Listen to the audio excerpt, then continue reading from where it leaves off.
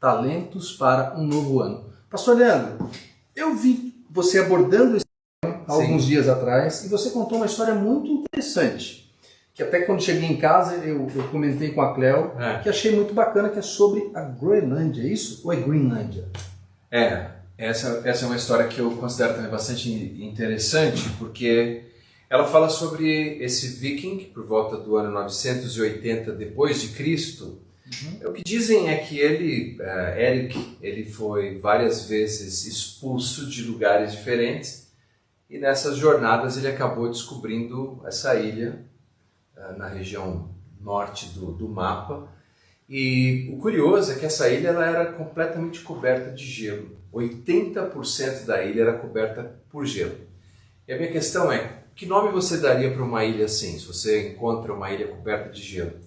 Frozen Island. Frozen Island, Ice Island, qualquer coisa assim. Mas ele deu o nome de Groenlândia. E a Groenlândia, a transliteração para a língua portuguesa, do inglês Greenland, que é terra verde. E fica claro para a gente que está chegando gente aqui, seja bem-vindo, fica à vontade, pode sentar aí. Quer dizer o seguinte, ele olha para aquilo, que deveria ser uma montanha de gelo, mas ele consegue perceber a beleza que é aquela área verde. E para mim, Júnior, essa é a perspectiva de quem recebe um presente. Ele recebeu um presente, a descoberta daquela ilha. E ele valorizou esse presente. Alguns historiadores dizem que foi tão importante ele denominar como terras verdes, porque foi isso que ajudou depois no processo de imigração. Afinal de contas, quem que vai querer ir para um lugar chamado Ilha de Gelo? As pessoas querem ir para um lugar as pessoas querem ir para um lugar chamado Ilha Verde, apesar de ser apenas uma faixa muito pequena. Quando nós pensamos nos talentos, nos dons, nos presentes que recebemos de Deus, a primeira pessoa que deve valorizar isso é o receptor. Não comparar com o outro. Ele poderia comparar com o outro. Eu queria ter descoberto a América do Norte ou o Brasil com suas cores explosivas de verde. Mas não. Ele teve a dádiva, a bênção de descobrir aquela ilha. E ele deu um nome bonito, que é a Ilha Verde. Você acha que com essa história, para você que chegou agora aí, para você que chegou agora aqui também, João, nós estamos falando aqui de uma história da Groenlândia, onde o pastor Leandro trouxe aqui essa história real, né, dos vikings que chegaram lá, e ao invés deles enxergarem caos, eles enxergaram então, ele enxergou uma oportunidade e deu o nome para aquele lugar gélido de Greenlândia, ou Groenlândia, não é isso? E dali ele começa com uma nova perspectiva, ele enxerga naquele lugar uma perspectiva de futuro. Então quando nós falamos de talentos para o novo ano, nós iniciamos o ano e pensamos em dons e talentos e como nós vamos poder conduzir esse ano na presença de Deus, nós temos que olhar então oportunidades e enxergar além do que elas pareçam ser, é isso? Então, daqui a pouquinho eu vou pedir para você ler um texto que é uma parábola de Jesus. Vamos pensar o seguinte, é um grande erro nós imaginarmos que as oportunidades vêm no mesmo tamanho, na mesma forma, da mesma maneira para todas as pessoas. Nós recebemos oportunidades, talentos, dons, presentes diferentes, de maneira diferente. Mas quando eu recebo aquilo, eu tenho que valorizar aquilo, é uma dádiva, é um presente. Não é como o garotinho que recebe uma camiseta azul de presente e a mãe diz, olha, você ganhou esse presente, essa camiseta, o que você diz? E aí o garoto diz, eu prefiro amarela. A mãe queria que ele dissesse, obrigado, mas ele não conseguiu expressar gratidão por aquela dádiva que ele recebeu. Então, o que eu quero dizer é, e a história que você vai ler para a gente, a parábola de Jesus, ela ilustra exatamente essa realidade. As oportunidades, os dons, os talentos não vêm no mesmo tamanho, não vêm da mesma maneira. Mas aquele que recebe deve ter um coração grato e receber com profundo apreço, porque é um presente, é uma dádiva. E não ficar comparando com o outro, né? Se você recebeu de presente uma montanha de gelo, procure onde estão as faixas verdes e chame de Greenland, chame de terra verde. É também como aquela história da pessoa que ele tem um emprego, ele está trabalhando, ele tem uma carreira, mas ele olha a carreira do vizinho, ele olha o carro do vizinho, e aí ele está sempre fazendo um comparativo. Puxa, mas por que eu não ingressei naquela linha de mercado, aquela linha de trabalho? Pô, o carro que ele dirige é melhor que o meu, a casa que ele mora é maior do que a minha. Esses comparativos são coisas que nos congelam. Sim, faz mal, é tóxico. Uhum. Está começando um novo ano. Se você ficar pensando esse novo ano, comparando com o que o outro recebeu, com a oportunidade do outro, com a carreira do outro, já começou o ano mal. Com as férias do outro, final de ano, todo mundo férias, você vendo aí rede social, foto, story. Você vai começar o ano já azedo, ao invés de olhar e falar, puxa, tá aqui. Essa é a dádiva, esse é o presente que eu recebi de Deus. Eu vou desenvolver as coisas a partir desse ponto. Tá no link aí? Tá na agulha aqui. Tá na agulha igual da vitrola, é só tocar. Esse controle. Esse aqui? Isso. Então, nós podemos ver já? Pronto, por favor.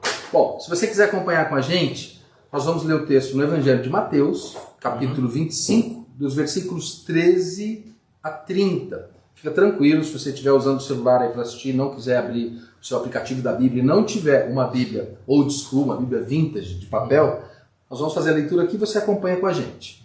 Então, Mateus, capítulo 25, 13 a 20, diz assim a palavra de Deus. Vigiai, pois, porque não sabeis o dia nem a hora. Pois será como um homem que, ausentando-se do país, chamou os seus servos e lhe confiou os seus bens. A um deu 5 talentos, a outro 2 e a outro 1, a cada um segundo a sua própria capacidade. E então partiu. O que recebera 5 talentos saiu imediatamente a negociar com eles e ganhou outros 5.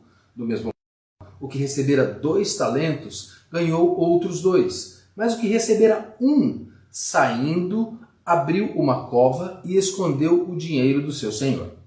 Depois de muito tempo, voltou o senhor daqueles servos e ajustou conta com eles. Então, aproximando-se o que recebera 5 talentos, entregou-lhe outros 5, dizendo, Senhor, confiaste-me 5 talentos. Eis aqui outros 5 talentos que ganhei. Disse-lhe o Senhor, muito bem, servo bom e fiel. Foste fiel no pouco, sobre o muito te colocarei. Entra no gozo do teu Senhor. E aproximando-se também, o que recebera 2 talentos, disse, Senhor, 2 talentos me confiaste. Aqui tem outros 2 que ganhei. Disse-lhe o Senhor, muito bem, servo bom e fiel. Foste fiel no pouco, sobre o muito te colocarei. Entra no gozo do teu Senhor. Chegando por fim, o que recebera 1 talento, disse, Senhor, sabendo que és homem severo, que ceifa onde não semeastes, e ajuntas onde não espalhastes, receoso, escondi na terra o seu talento. Aqui tens o que é teu. Respondeu-lhe, porém, o Senhor, servo mau e negligente, sabias que ceifo onde não semeei, e ajunto onde não espalhei. Cumpria, portanto, que entregasses o meu dinheiro aos banqueiros, e ao voltar, receberia juros o que é meu. Tirai-lhe, pois, o talento, e dai-o ao que tem 10, porque todo o que tem se lhe dará, e o que terá em abundância, mas ao que não tem, até o que tem lhe será tirado. E o servo inútil, lançai-o para fora, nas trevas. Ali haverá choro e ranger de dentes. É uma parábola forte, ela está numa seção que nós chamamos de seção escatológica de Mateus, capítulo 25, Jesus conta algumas parábolas nesse contexto. E nessa parábola ele fala dessa tragédia do dom e do talento que é desperdiçado. É importante, quando nós lemos uma parábola, nós lembrarmos que a parábola é uma narrativa alegórica. Então ela apanha elementos da vida real e constrói uma analogia que tem uma lição central. Por que isso é importante? Porque nós não podemos pegar todos os elementos de uma parábola e querer aplicar tudo isso como uma doutrina, ou defender doutrinas cristãs que já são historicamente cristalizadas em uma parábola isoladamente. Então, esse cuidado nós temos que ter. Mas então, qual que é o ensino central dessa parábola? O ensino central é que há dons, talentos, oportunidades que são oferecidas de maneira diferente, para pessoas diferentes, de acordo com a capacidade de cada um, mas que um personagem da história desperdiçou. E nós temos dois grupos aí. Um é aquele que é o Senhor que distribuiu os talentos, que representa Cristo.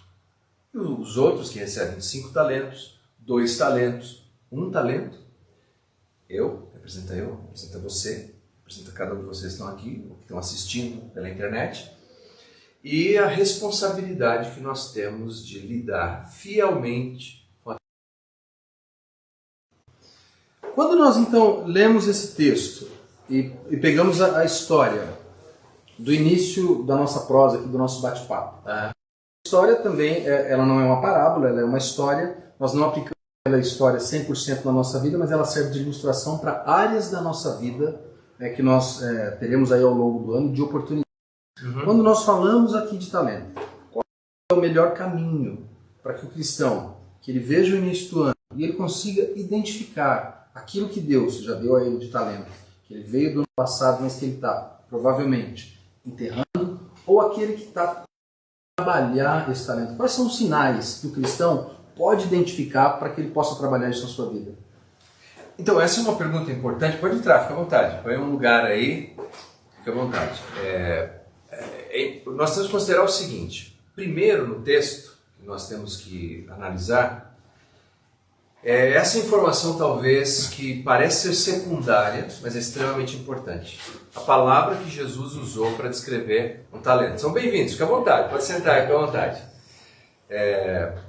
Jesus usou uma palavra que descreve um talento. O talento aqui é literalmente uma medida. Então é como você pesava alguma coisa. Uma unidade de medida. Então, no caso, poderia ser de ouro ou poderia ser de prata. Se fosse de ouro, nós estamos falando de um talento mais valioso ainda. Jesus, na parábola, ele escolheu a palavra que descreve um talento de prata. E aqui, de novo, nós caímos na seguinte situação. Nós temos que apreciar aquilo que nós recebemos. Nessa parábola, em nenhum momento, os servos que foram produtivos e que tiveram bom resultado, eles não ficaram reclamando, dizendo: puxa, mas eu queria ter recebido um talento de ouro. Porque existia o talento de ouro, valia muito mais. Eles tinham que estar gratos, contentes, com o talento de prata que eles receberam. Por que tem gente que já começa logo o ano e fica endividado? Porque ele está comparando o talento dele, que é de prata, com o talento do outro, que é de ouro. Então ele vai e compra um carro que ele não pode pagar para impressionar alguém que talvez ele nem goste. Muita gente que você olha e você fala: puxa, olha como ele está bem, olha aquele carro dele. O carnê dele é desse tamanho, uma biblioteca. Não, é uma biblioteca, de tão grande que é. Por quê? Porque ele não apreciou o talento de prata que ele recebeu. As pessoas desprezam o seu próprio corpo. Porque olha, foi olhar para o corpo do outro. Algumas pessoas desprezam a família, porque fica olhando para a família do outro, para o filho do outro. Como, por exemplo, um pai que chega para o filho e diz assim: não, filho, você tem que tirar uma nota melhor, é para o seu bem, eu quero ver você... Mas não é, na verdade é porque ele tem um sobrinho que vai muito bem na escola, e ele fica constrangido nas rodas de família dizer que o filho dele não tira notas tão altas.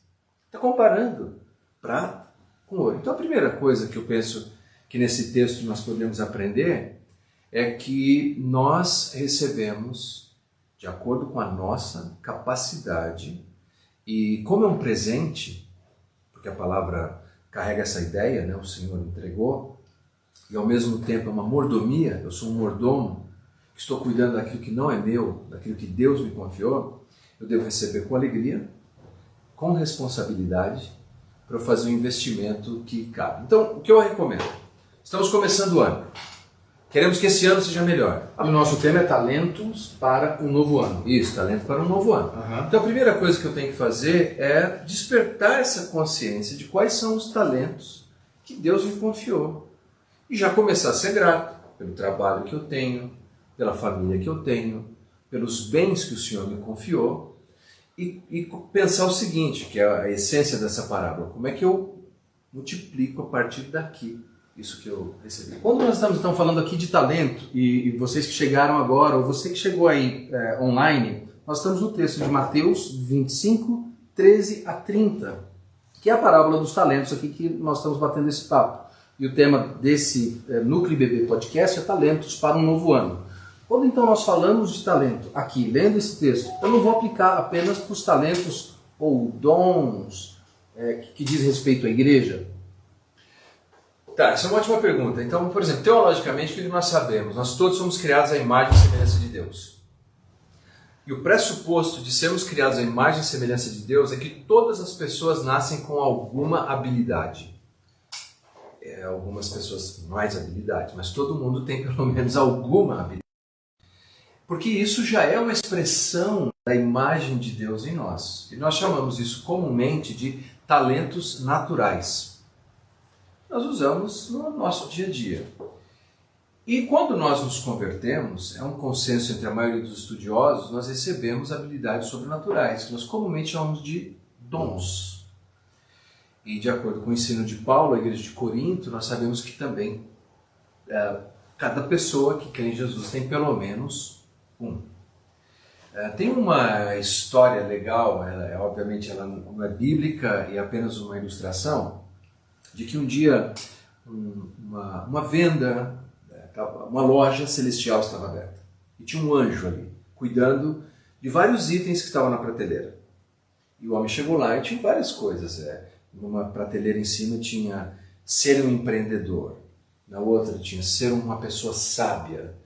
Na outra tinha ser uma pessoa estrategista. Em cada prateleira tinha ali uma descrição. O homem falou, eu gostei desse aqui, eu quero sabedoria. Aí o anjo foi e entregou para ele uma sementinha. Ele falou, não, mas eu queria inteiro. Pronto. Ele falou, não. Aqui a gente só entrega em sementes. É a sua responsabilidade.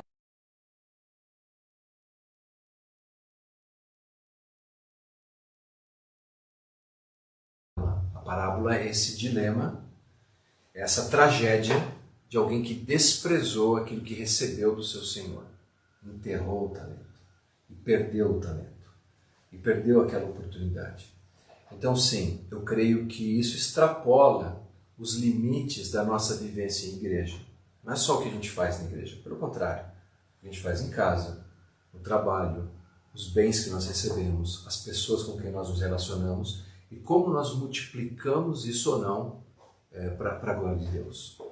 Você já deve ter ouvido aí na igreja, não sei se é exatamente dessa maneira que a gente pode ilustrar, algumas pessoas que dizem assim, não enterra o seu dom, vocês já ouviram isso? Você está enterrando o dom que Deus te deu. Você acha que as pessoas dizem isso pensando nessa parábola?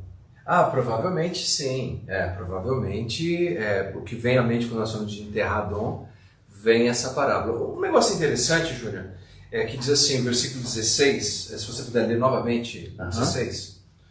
Bom, Mateus 25, versículo 16.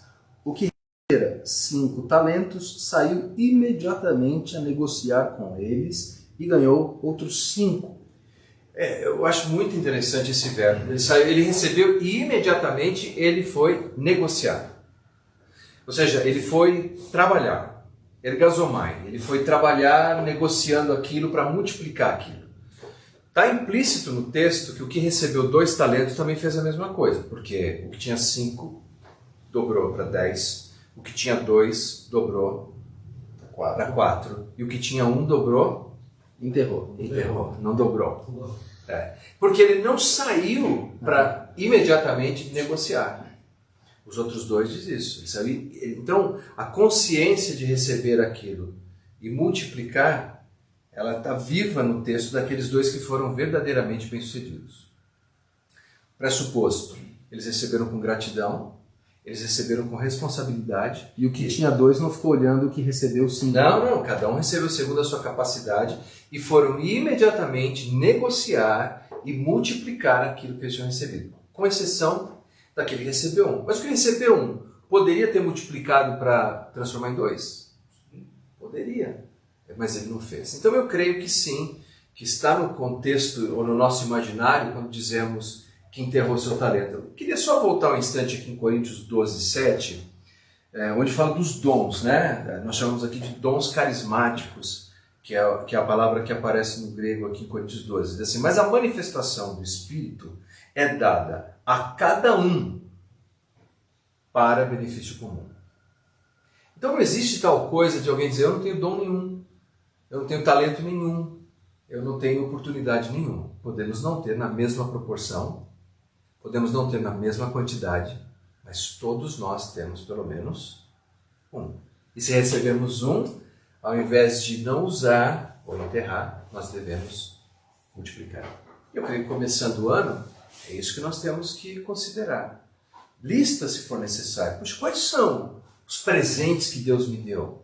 Relacionalmente, minha família, meus filhos, a minha igreja, materialmente, o que Deus me deu? Isso no meu trabalho. E pensar, como eu posso duplicar isso nesse ano? Quando chega o final do ano, as pessoas geralmente cantavam aquela música nostálgica, né? Que tudo se realize no ano que vai nascer. A ideia, então, na verdade, eu tenho que já estar regando aquilo que nasceu no ano passado, aquilo que já está comigo. E o que a gente poderia dizer para aquela pessoa, para aquele irmão, para aquele que está assistindo a gente, que vai chegar depois, vai ver esse podcast, vai assistir esse vídeo, e ele vai dizer, puxa, eu enterrei talento até hoje. E o texto aqui, quando eu leio o último versículo, diz, e o servo inútil lançai-o para fora, nas trevas, ali haverá choro e ranger de dentes. Você já explicou para a gente que é uma parte ilustrativa que a gente usa, que é um texto também escatológico, mas o que a gente pode pensar para aquele que ele acabou enterrando talento, ele está enterrando talentos na casa, com filhos, com aquilo que Deus lhe deu, ou na igreja, enfim. O recurso não renovável que nós temos é o tempo. Tudo se recupera, o tempo não se recupera.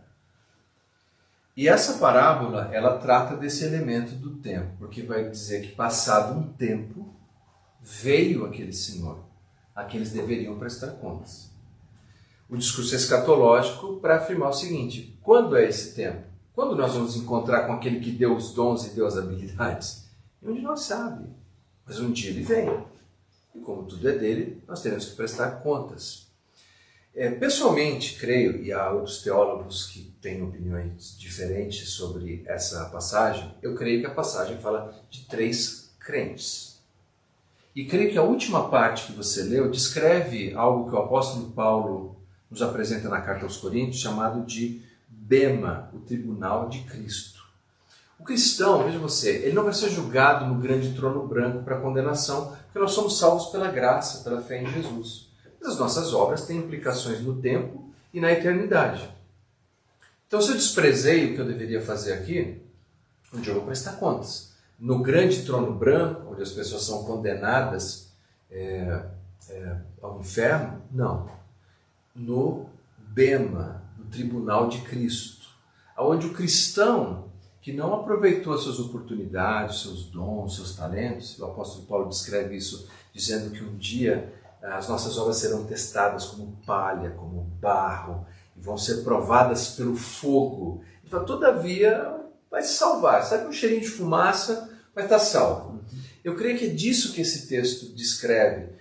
O cristão lamentando, porque agora ele não apenas está tendo um prejuízo temporal, ele está tendo um prejuízo eterno. Ele perdeu a oportunidade de agir no tempo, no espaço, usando os seus dons, todos eles, tudo que você puder contemplar aqui para o avanço. Então, por que o cristão ele quer trabalhar para multiplicar o trabalho dele? Só para ele ter mais dinheiro? Não, para ele ser mais generoso, para ele avançar o reino de Deus. Por que ele quer lapidar alguns dons, pegar aquelas sementinhas e fazer crescer? Para ele receber honras e glórias? Não, para ele fazer com que aquele que é o doador dos dons e das habilidades seja glorificado. Então o texto realmente termina. Aliás, tem uma conclusão contrastante, né? Porque fala servo bom e fiel, de um lado, e depois servo mau e negligente e inútil. Sim. A ideia aqui é um servo que é preguiçoso. Ele foi preguiçoso. E ele justificou a preguiça dele no que a gente chama de troca de responsabilidade. Ele fala, não, eu te conheço, eu sei que você planta, colhe onde não plantou, é o que ele fala E aí o Senhor responde, eu diria até com uma pergunta um tanto sarcástica. Puxa, mas se você me conhece e sabe que eu sou assim, é uma pergunta lá no texto, então por que você não pegou isso e pelo menos botou no banco para multiplicar? O que quer dizer o seguinte, que a afirmação dele de que não, eu sei que você colhe onde não planta, nem isso era verdade. Porque se ele acreditasse realmente isso, ele teria colocado aquele talento para multiplicar alguma coisa. Ou para pelo menos não desvalorizar em nada. E então ele se tornou, aqui tristemente no texto, como um servo mau, negligente e inútil, um servo preguiçoso. Eu gosto de uma citação do Thomas Edison, que eu tenho anotado aqui, que diz o seguinte: existe mais oportunidade do que as pessoas podem enxergar. E é isso que eu vejo ao longo desses anos todos, trabalhando, seja como um pastor, ou quando trabalho no universo corporativo, conversando. As oportunidades estão ali, os talentos estão ali, mas parece que a gente fecha os olhos, como quem está enterrando aquilo que recebeu de Deus, né? E é dramático. Voltando à sua primeira questão. Como ainda estamos todos aqui, no começo desse ano, como a consumação escatológica não se deu, nós estamos vivos, quer dizer que nós ainda temos o tempo. O tempo ainda está a nosso favor para multiplicarmos os dons e talentos que Deus nos confiou. Ou seja, quando nós olhamos então para esse texto, ele serve para as nossas vidas como um alerta temporal ainda. É algo que eu consigo correr atrás do prejuízo, será que eu posso colocar dessa maneira? Que o prejuízo, na verdade, ele ainda não chegou. A graça, para nós, ela ainda está ativa, ela ainda existe. Então, se eu olhei aquelas férias que eu não tive, eu falei, puxa, ele teve, eu não tive. Não é hora de você pensar nisso, é hora de você ver o que Deus te deu, de você trabalhar, de você produzir. Olha, se eu estivesse naquela igreja e não nessa igreja, faça o melhor na igreja em que você está, não é? O meu filho, ele tem tal dificuldade, o filho do meu vizinho está sempre me dizendo que o menino está voando. Trabalhe com o seu filho para que ele comece a voar bem. O voo a gente sabe que começa devagar. Sim. Pega velocidade, vai correndo. E é isso que disse Thomas Edison, né? Na ideia de você conseguir enxergar as oportunidades. Então, nós costumamos dizer que um novo ano é uma nova oportunidade, né? A gente faz cálculo, o número de horas, de minutos que todos nós recebemos nesse ano. Mas eu creio que se nós olharmos para o ano como se algo mágico, supersticioso vai acontecer num dado momento, nós vamos perder o tempo e nada vai acontecer. Como é que vai obter algum resultado esse ano? É olhando o que você tem nas mãos, o que você recebeu, e começar a multiplicar isso. E como pressupõe ali que imediatamente ele saiu a negociar, implica que você tem que pôr a mão na massa. Se precisa melhorar relacionamento com o filho, com a esposa, com o trabalho, com a vocação, não vai acontecer assim magicamente. Você vai ter que fazer calo na mão, vai ter que investir tempo e pensar como eu posso multiplicar isso que Deus me confiou. Eu assisti um documentário esses dias, eu gosto de documentário, eu acho que era O Segredo das Coisas, alguma coisa assim. E contava a história de um garoto, que ele pôs um suco num copo na janela. E era o inverno nos Estados Unidos. No inverno, você que está acostumado a viajar por lá, quantos graus? 20 a menos, 25. E ele pôs o suco na janela. Quando ele pegou o suco para beber, tinha congelado. Ao invés dele murmurar, ele começou, literalmente, a tentar beber, lamber de alguma maneira. Dali, ele teve eu preciso pôr alguma coisa nesse suco. Ele partiu para o segundo e pôs ali num palito. Dali começa a ideia do picolé. O pai dele olha aquela iniciativa e do suco que ele perdeu surgiu o picolé. Quer dizer, ele teve a pequena Groenlândia dele ali. Exatamente. O Dale Carnegie tem um livro bastante interessante que se chama Como Evitar Problemas e Preocupações. Se não me engano, esse é o título, é um best-seller. Ele conta a história de um homem que comprou uma fazenda e quando ele se deu conta era um lugar tomado por cascavel. O que você faz então? Difícil de trabalhar ali. E ele desenvolveu um alimento que consistia em cascavel em lata. E vendeu isso, está lá no livro. Peraí, você que está assistindo aí, ó, Você mora numa região onde tem casca, não faça isso em casa. Não faça Acho que no Brasil deve ser crime. Não é recomendável. Nós temos advogado aqui, ele já está dizendo assim. Aqui deve ser crime. Deve ser crime. Deve ser crime. Mas é uma dessas histórias de alguém que pega uma situação e diz assim, puxa, aqui não tem nada. É um outro livro muito interessante chamado Acres de Diamantes, conta uma história semelhante. Essa é uma história mais, digamos, ilustrativa, em que o homem tem a sua fazenda e um dia passa alguém por lá e compartilha com ele que eles estão procurando uma pedra que brilha mais que o sol, um diamante. E ele fica encantado com aquela ideia, possuído por aquela ideia. Puxa, eu quero encontrar esse negócio aí. E ele sai pelo mundo afora procurando essa pedra que brilha mais que o sol. Entregou a fazenda dele para outros e morre na Espanha, sem encontrar nada. E a história diz que no dia em que ele morre na Espanha, lá naquela fazenda dele, alguém descobre acres de diamantes. Estava debaixo do pé dele. Mas ele, como disse Thomas Edison, não teve olhos para ver. Ou como o personagem da nossa parábola, ele não teve a percepção de ver que ele recebeu uma bênção. É um talento, mas é uma bênção. É um presente. Bom, antes de continuar falando, porque já falando de cobra, pode ser que eu falo mais que o homem da cobra, eu queria saber se algum de vocês que estão aqui presencialmente tem alguma pergunta que gostariam de fazer. Enquanto isso, se você quiser checar se tem alguém também da rede social que queira fazer alguma pergunta, é ele que manda o podcast, tá? Mas eu estou só me atrevendo aqui a ver se tem alguma pergunta, alguma coisa. Se você tem alguma pergunta, algum comentário, se você que está em casa assistindo também aqui, né, nessa câmera, tem alguma... Mudou para cá agora, tá bom. Se você tem alguma pergunta, algum comentário, você pode enviar aqui para a gente. Por enquanto, nós ainda não temos aqui vários compartilhamentos. Legal. Deixa eu ver um comentário... Júlio César Milon. Júlio César, um abraço para você. Faz tempo que eu não te vejo, hein, só pelas redes sociais. Legal, ele diz assim, ó, obrigado por compartilhar tanto conhecimento. Forte abraço. Nós que agradecemos aí você participar com a gente, viu, Júlio? O Júlio, ele participava com a gente lá na Vila Lavínia, quando fazíamos o grupo. Júlio, um abraço para você. Tem uma indagação aí, falou de multiplicar a família. A minha eu multipliquei, eu tinha uma filha e eu tinha três. Não sei se seria esse o sentido clínico, não. Mas eu acho que, pelo que eu entendo, no caso da família, você ensinar mais os seus filhos, direcioná-los, e no trabalho seria realmente multiplicar clientes, multiplicar investimentos, investir em você. Eu, como profissional liberal, acho que a gente precisa investir também, acho que é mais ou menos esse tipo de multiplicação que fala. É ótimo. Embora Gênesis disse crescer e multiplicar, né, e encher a terra, quantos filhos você falou mesmo, João? 3. 3, você já fez uma boa contribuição, né, para isso.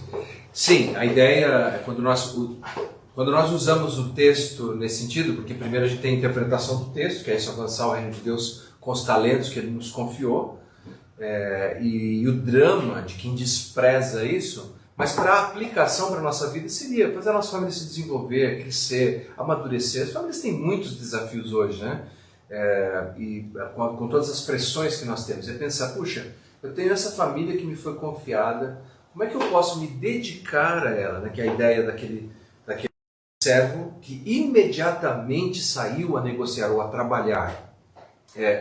Em outras palavras, a família não vai melhorar sem trabalho, a minha carreira não vai melhorar sem trabalho, mas é preciso que eu trabalhe com, então, inteligência, entendendo, né, do que eu tenho nas minhas mãos. Você falou algo importante, um profissional liberal, ou um empreendedor, quem quer que seja. O primeiro lugar a se investir é na pessoa. Como cristãos, a gente sempre afirma que nós temos que não ser egoísta, pensar no outro, que é verdade. Mas não podemos esquecer que existe um aspecto importante do indivíduo. Por exemplo, a salvação individual. Você tem que crer em Jesus como seu Salvador. Você. Deuteronômio 6, assim, amarás o Senhor teu Deus de toda a tua alma, de todo o teu coração. E depois você inculca no teu filho. Às vezes a gente quer fazer o contrário. A gente quer inculcar no outro, quer fazer... E primeiro tem que começar comigo. Eu preciso me tornar alguém melhor. Romanos 12 diz assim, não vos conformeis com este século. E quando você ouvir isso, olha, não se conforme com este século. A gente imagina que vai dizer, então, transforme o que está à sua volta. Ele não diz, ele diz, transformai-vos. E essa ideia é, eu me transformo, porque eu sendo transformado, então aquilo que está à minha volta vai ser transformado. Então, antes de inculcar no meu filho, tem que inculcar em mim. Eu tenho que amar a Deus. Como quando a gente viaja, a gente voa e uma das instruções é, em caso de despressurização, máscaras cairão do teto. É mais ou menos isso, eu não sou bom como comissário de bordo, mas é mais ou menos isso. Vão cair máscaras, diz assim, primeiro você coloca em você, depois você coloca no outro. Por quê? Se você não estiver em condição de socorrer o outro, você morre e ainda não ajuda o outro. Então, na nossa casa, é isso. Eu preciso estar consciente, convicto e dedicado daquilo que Deus me confiou, para que eu possa, então, abençoar minha família. E o mesmo vale, então, no meu trabalho, que pode significar, como você falou, multiplicar clientes, pode ser multiplicar clientes, ou pode significar qualificar clientes. Às vezes não é a quantidade que vai fazer diferença no resultado final, né? Mas com quem eu estou desenvolvendo aquilo. Mas é uma ótima pergunta. Mais alguém? Por exemplo, o dom e o talento andam junto? Então, normalmente, quando nós estudamos essas questões, a distinção que se faz é que talento são habilidades naturais que a pessoa recebe por ocasião do seu nascimento. E dom seria algo que a pessoa recebe depois da sua conversão, como uma manifestação de um carisma espiritual. O Espírito Santo comunicaria... Quando nós olhamos, desculpe, por exemplo, um músico que toca muito bem, as pessoas costumam dizer, nossa, olha que lindo aquele dom que Deus deu para ele. Isso então é um talento. Então, aí o que a gente costuma dizer é que aquilo que você já tem antes de se converter, e você passa a utilizar para servir a Cristo no ambiente de comunidade ou para avançar o Evangelho, você está consagrando o seu talento a Deus. Agora, apesar de dizer isso e saber que se faz sistematicamente essas distinções, eu não acho que é muito significativo. O importante é, seja dom ou seja talento, você tem que dedicar a Deus e você tem que multiplicar isso de alguma maneira.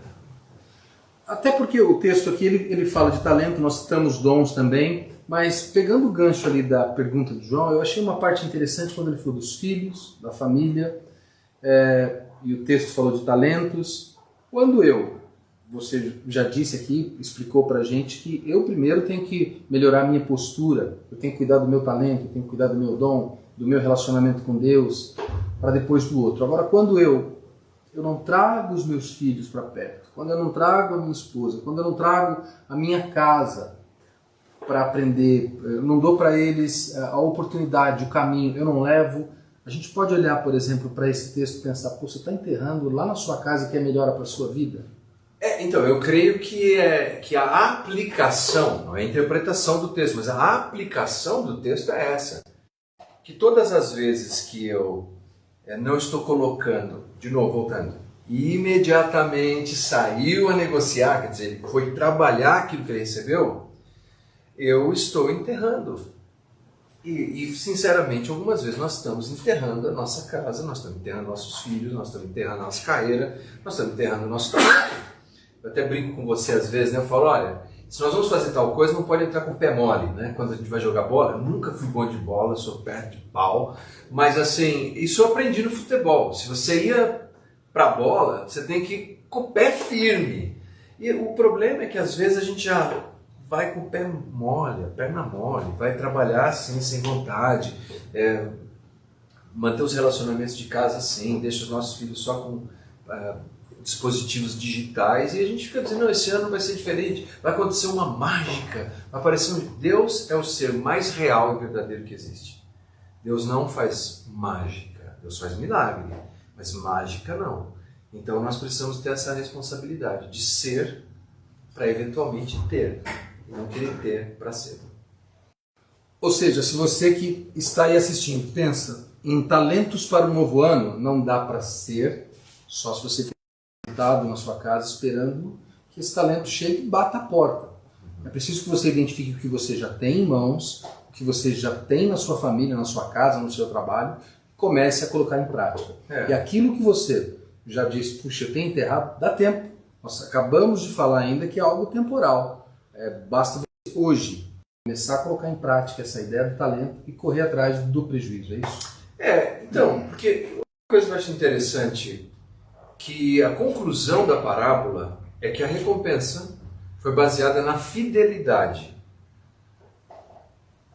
Porque, veja só, você entra no gozo do teu Senhor, né? E a ideia ali é que vai pôr sobre mais responsabilidades.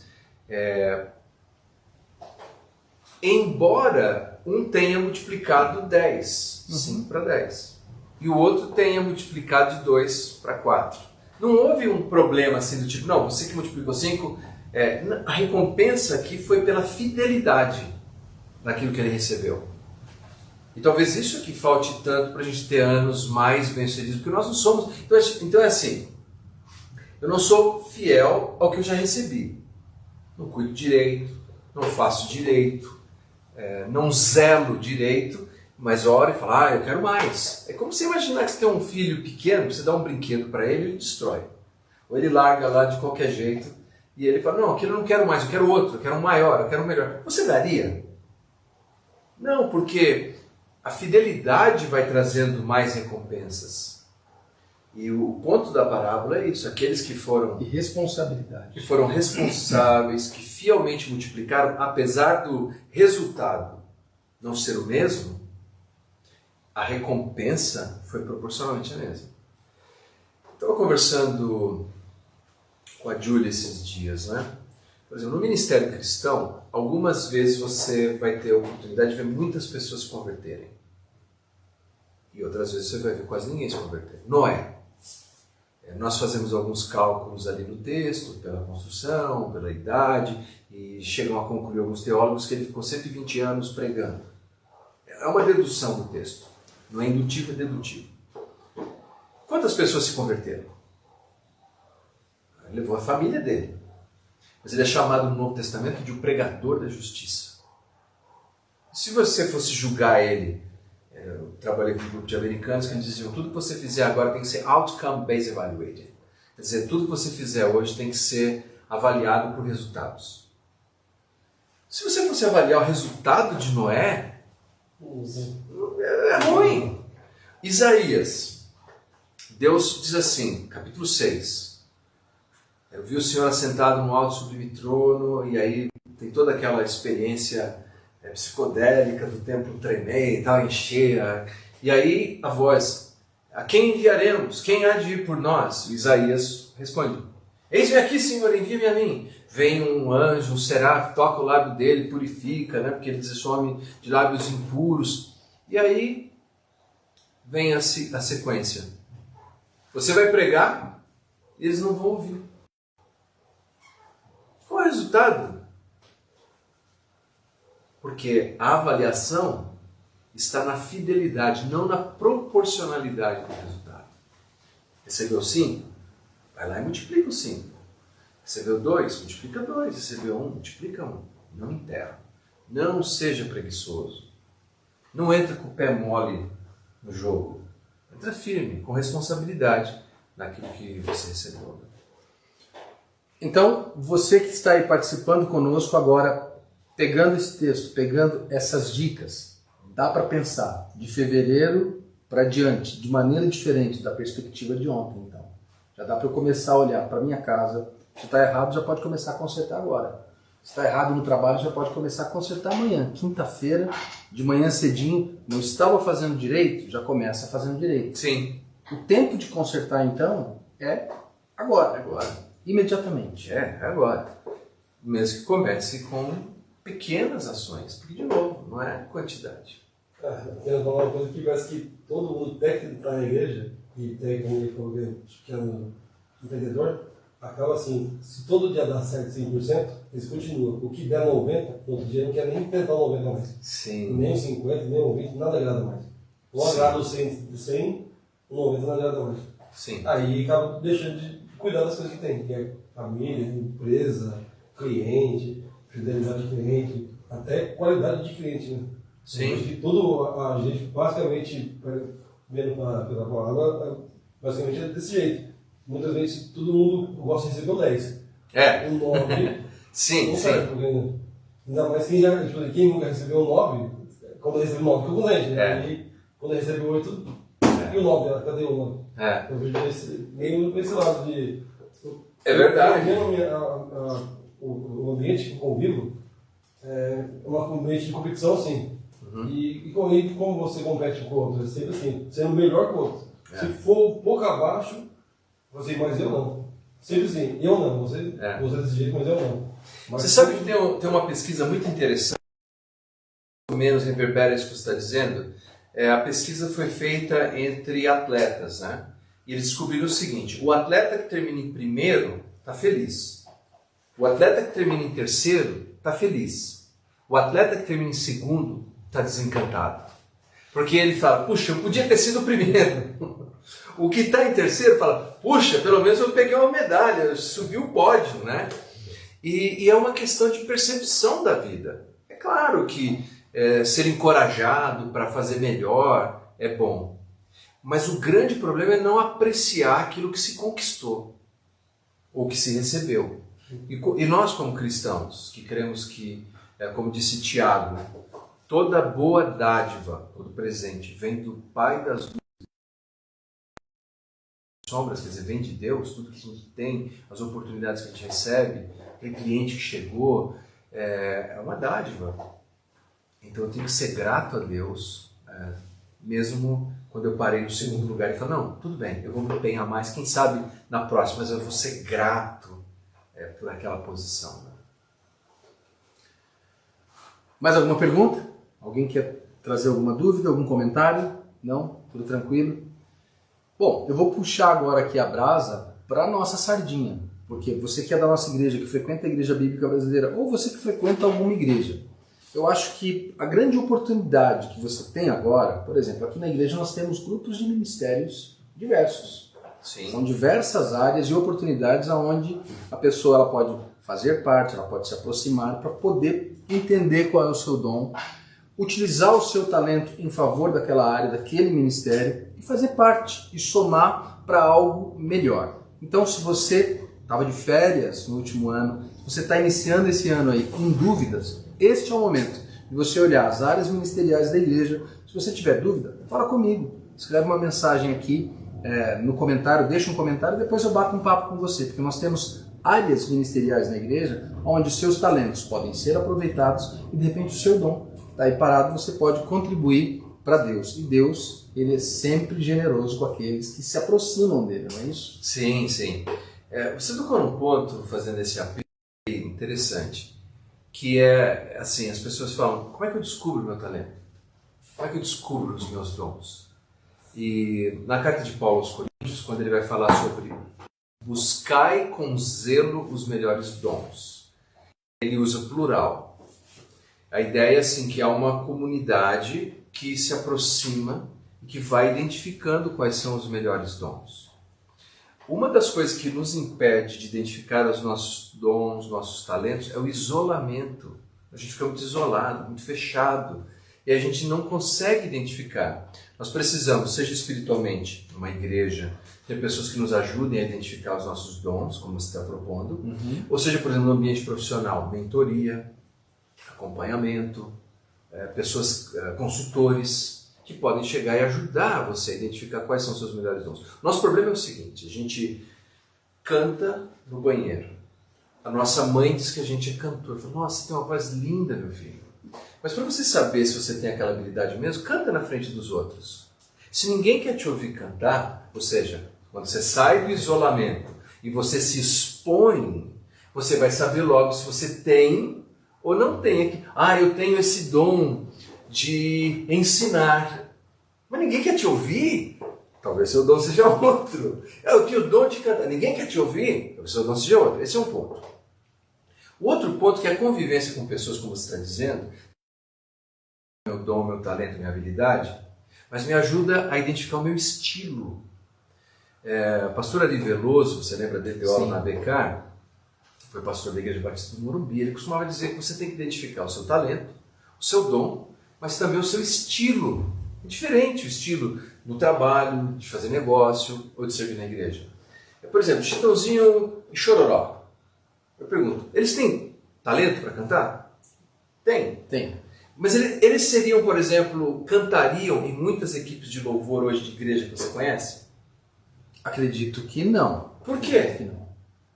Porque eles não têm o talento? Porque o estilo é outro. Mas convivendo com pessoas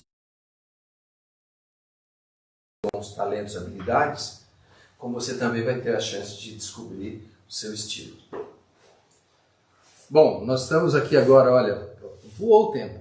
Já estamos aqui praticamente nas considerações finais. Nós começamos às 20 horas, já são as 7 para as 9. Isso. Eu quero aqui trazer a Liliane Santil, que deixou um comentário aqui com a gente. Lili, boa noite aí para você. Boa noite, de Mogi das Cruzes para Tatuapé, deve ser isso, né? Isso. Ela disse, excelente reflexão, pastor. Que possamos ter sabedoria para multiplicar nossos talentos e usá-los conforme a vontade de Deus. Ótimo, amém? Estou contigo. A Mayla, ela disse, parabéns pela iniciativa.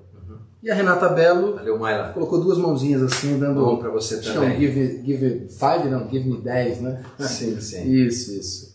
Então, agora que a gente tem aí esses 5 minutinhos finais, quais são as suas considerações nessa ideia de talentos para o novo ano? Eu sei que a gente já falou bastante da ideia de talentos, de como você pode aproveitar os seus talentos, desenterrar aquilo que está enterrado, mas agora é aquele momento onde você pode pegar aí a dica final.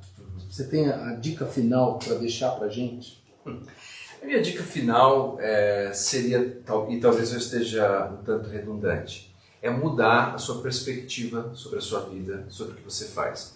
Agora, na última viagem que eu fiz, eu estive com o pastor Glenn. O pastor Glenn, ele passou por 6 cirurgias no final do ano passado. 6 cirurgias. Ele demorou mais de 36 dias de recuperação. A esposa dele depois foi submetida a mais 2 cirurgias. Mas quando eu estive lá na igreja dele, que eu fui pregar, ele estava numa alegria de bengala. Uma alegria, mostrando a igreja e sonhando com as coisas e vendo as coisas positivas que estavam ali. Ele não é um jovem. Não, é um senhor. Ele disse assim para mim, esse foi um bom ano. Eu pensei, 6 cirurgias, quase 40 dias de recuperação, esposa com cirurgia, e ele vai dizer, esse foi um bom ano. E essa para mim talvez seja a lição. Nós vamos decidir se vai ser um bom ano.